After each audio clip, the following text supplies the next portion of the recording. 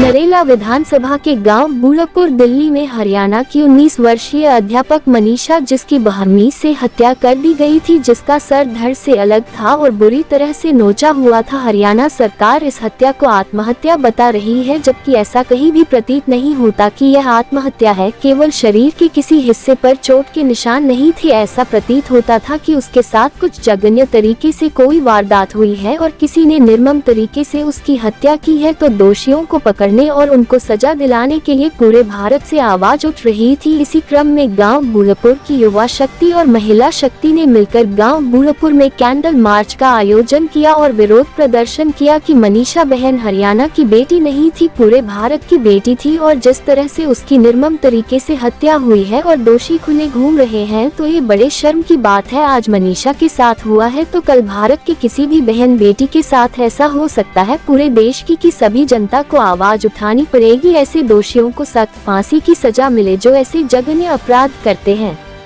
और मोदी जी ने नारा दिया था बेटी बचाओ बेटी पढ़ाओ, पर जनता पूछना चाहती है किससे बचाए। आपकी खुद हरियाणा की सरकार बेटी बचाने में साथ नहीं दे रही है। पूरा भारत बलात्कार और ऐसी निर्दयी हत्यारों के लिए फांसी जैसे कानून बनाने की मांग करता है, ताकि आगे ऐसी हृदय विदारक घटनाएं न हो। नागेंद्र जी, आज कैंडल मार्च निकाला है, क्या लग रहा है कि सरकार जो फैसला दे रही है और पोस्टमार्टम रिपोर्ट को भी जो है गुमराह करके पेश किया गया? नहीं, बिल्कुल सरकार जो है धोखा कर रही है, गुमराह कर रही है जनता को। जिस तरह से जो है ये बहन मनीषा के साथ कृत्य हुआ है, उसकी नाड़ अलग पाई गई है और नाड़ की भी जो थी उसकी हालत बिल्कुल ऐसी थी जो पहचान में नहीं आ रही थी। और जैसे पोस्टमार्टम रिपोर्ट में बताया गया कि भाई तो उसका सुसाइड नोट मिला है, पहले नहीं था वो, बाद में पता लगा कि सुसाइड नोट मिला है, पहले तो उन्होंने नहीं बताया और कहा कि भाई जानवरों ने उसकी वो खा ली थी। तो गर्दन तो क्या पूरी गर्दन पूरी बॉडी तो उसके कहीं भी जानवर के काटने के निशान नहीं थे।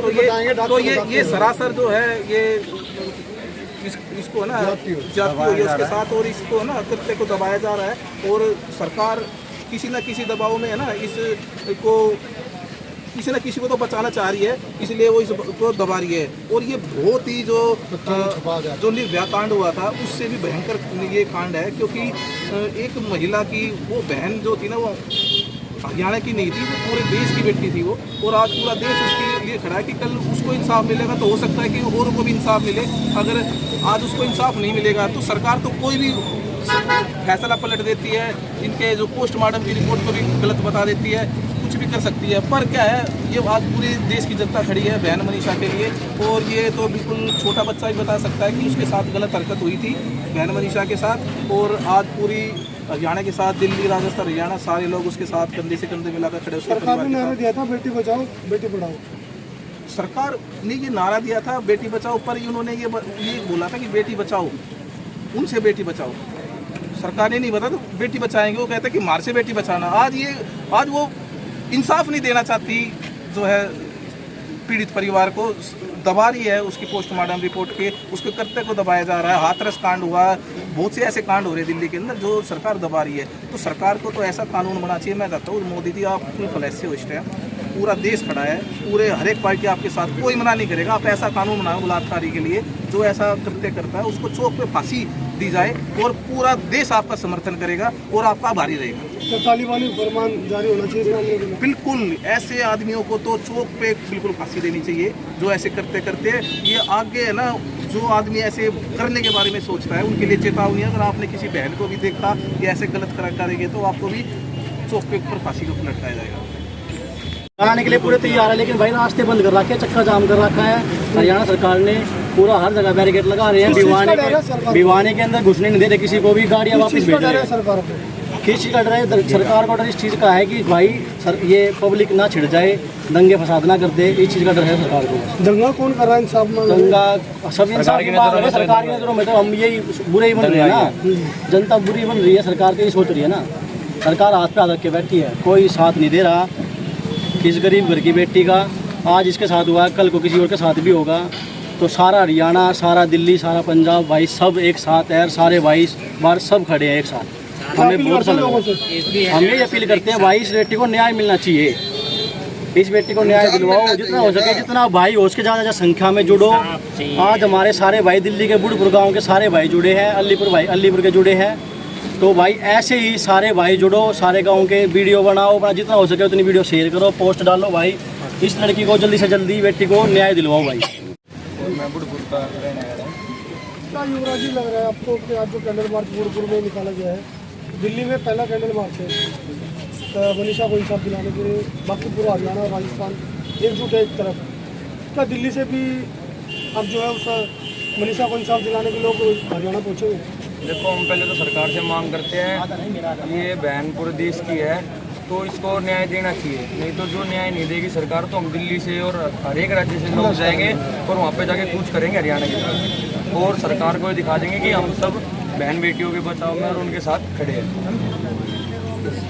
मैं बुढ़पुर का गांव का निवासी हूँ, दिल्ली से। भाई हमारी मांग यही है सरकार से, सबसे पहले तो उस बेटी को इंसाफ दिलाए। अगर सरकार से ये नहीं हो रहा तो फिर वो हम पे छोड़ दे, क्योंकि ये दिल्ली बात हरियाणा की नहीं है, पूरे देश की बात है। और बहन बेटी औरतें सबके घरों में है, ये हमारे भाई, ये हमारा गांव हमारे साथ खड़ा है। और हम सभी से ये विनती करते हैं, अगर सरकार कुछ नहीं करेगी ना तो हम हरियाणा जाके ना हम बैरिकेड देखेंगे ना हम कुछ देखेंगे, हम उस बेटी को न्याय दिलवा के रहेंगे।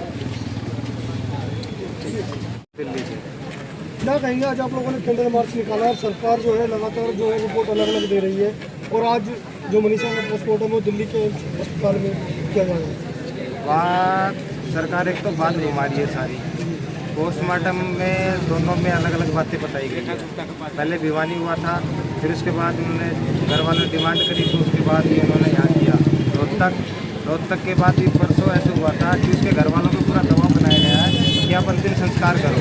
21 मेंबर की कमेटी बनाई गई थी, उसमें भी घर वालों को दबाव दिया गया, उसके दादा को पापा को रात बेटा। लेकिन उन्होंने अपील की कि हम गांव वालों के साथ पहले सहमति करेंगे। फिर कल उनके गांव में पंचायत हुई है, 11 बजे पंचायत का फैसला है कि हम अंतिम संस्कार नहीं करेंगे। तो पुलिस प्रशासन ने पूरा घेराबंदी कर रखी है, पूरा भिवानी ब्लॉक कर रखा है, भिवानी और चरखी दादरी का नेट भी बंद कर रखा है ताकि कोई दंगा फसाद ना हो। तो धारा पूरी 144 भी लगा रखी है। तो आज घर वालों का मतलब मान के उन्होंने यहाँ एम्स हॉस्पिटल में वो किया है पोस्टमार्टम।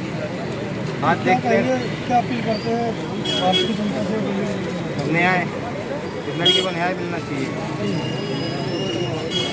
मैं बुढ़पुर का गांव का निवासी हूँ, दिल्ली से। भाई हमारी मांग यही है सरकार से, सबसे पहले तो उस बेटी को इंसाफ दिलाए। अगर सरकार से ये नहीं हो रहा तो फिर वो हम पे छोड़ दे, क्योंकि ये दिल्ली बात हरियाणा की नहीं है, पूरे देश की बात है। और बहन बेटी औरतें सबके घरों में है, ये हमारे भाई, ये हमारा गांव हमारे साथ खड़ा है। और हम सभी से ये विनती करते हैं, अगर सरकार कुछ नहीं करेगी ना तो हम हरियाणा जाके ना हम बैरिकेड देखेंगे ना हम कुछ देखेंगे, हम उस बेटी को न्याय दिलवा के रहेंगे।